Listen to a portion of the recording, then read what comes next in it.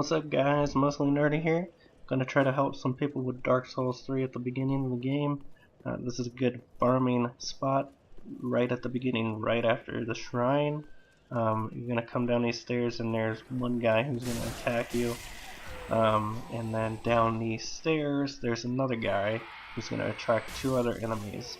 The one down here at the bottom of the stairs, and then there's one up on this ledge here who somehow is gonna get behind me. I'm not exactly sure how he did that, but he comes up from that initial spot from the stairs on the left.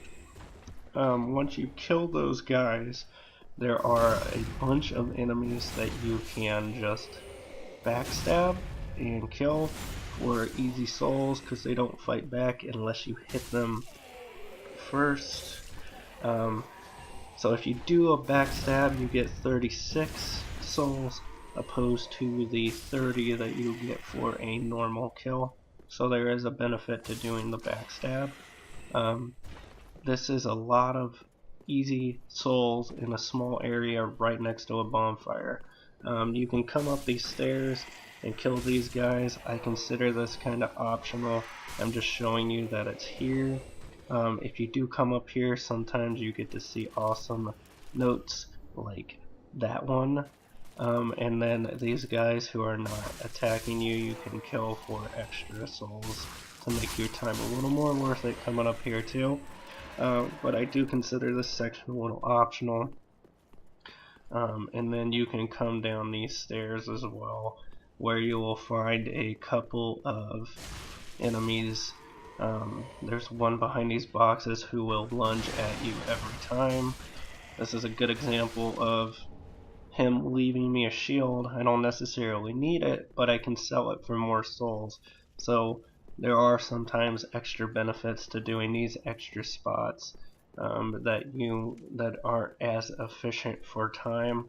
You're gonna come back up, and there is a guy with a crossbow right here. You're gonna want to get him regardless. I got lucky and he dropped a shard for me I can use to reinforce my weapons, which is going to be super helpful later on, and actually super helpful in the beginning as well. You come down here, there are a couple of guys who are not going to fight back, and a couple of dogs. You saw that one of them fell, but they both are on this little stretch here. On the left you got four guys who don't fight back, so you get some easy souls there. This guy's fight can be a little difficult, especially early on if you're a lower level, but he does drop 80 souls, so he's gonna give you the most souls for the area. This guy also drops 80. If you can get a backstab in, highly recommend it. You can see the amount of health that he dropped whenever I got him. Coming up these stairs, there's items up here you're going to want to grab anyway if you haven't already. But if you come up here, this guy who is going to stand up here will transform. If you kill him early enough, he won't. And then there's a guy with a crossbow, and then a few guys who don't fight back. If you let the enemy transform, he does drop more souls, and he does drop items for you. So there is a trade-off there. The trick is that the fight is really hard, and if you're using this area to level up your guy because you're having issues with the enemies later on, a little bit further down, then that fight's gonna be very difficult for you. But you can come back and rest at the bonfire and just go right back to work. Run back down there. You can see that all the enemies have respawned. You get your 30 souls per kill. And you can see it whenever I come down here, I get this guy before he can attract the other enemies.